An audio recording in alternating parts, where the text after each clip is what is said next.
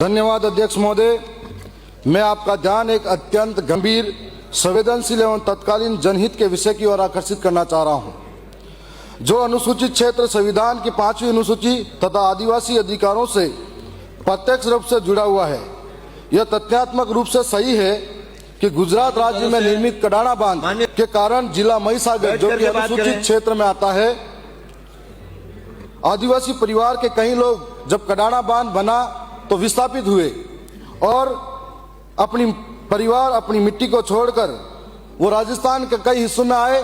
राजस्थान के अंदर दरियावत विधानसभा के अंदर रामेर तालाब, मांडकला, श्रीकुड़ा, बोमणिया, बांडला, छियाड़, बिलकाबाद, चित्तौड़िया, खरता घाटी, अंबाबी ऐसे गांवों में आके बसे, जिनकी संख्या लगभग 10,000 के करीब है।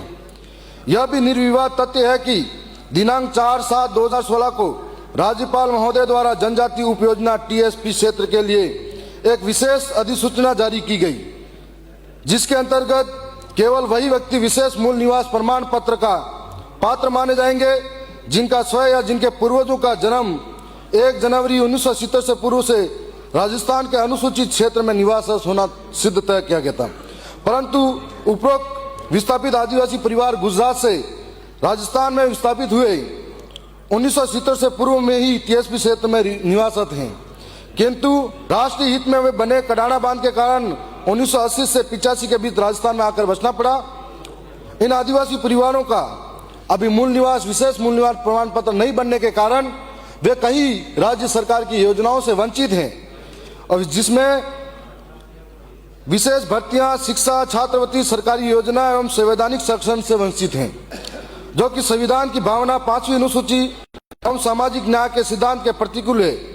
यह विषय केवल एक क्षेत्र का नहीं बल्कि आदिवासी न्याय, विस्थापन, पीड़ा और संवैधानिक जिम्मेदारी का विषय है। इसलिए इस सदन पर तत्काल हस्तक्षेप अत्यंत आवश्यक है। अंत में मैं मांग करता हूं कि राज्य सरकार द्वारा इन विस्थापित आदिवासी परिवारों हेतु प्रत्येक विशेष अधिसूचना जारी किया जाए। कडाणा बांध से विस्थापित होकर राजस्थान में बसे इस अनुसूचित क्षेत्र के आदिवासी को विशेष मूल निवास प्रमाण पत्र जारी किया जाए। जब तक निर्णय नहीं होता है तब तक इन्हें TSP क्षेत्र में तमाम जो लाभ है इन्हें दिया जाए। धन्यवाद अध्यक्ष महोदय।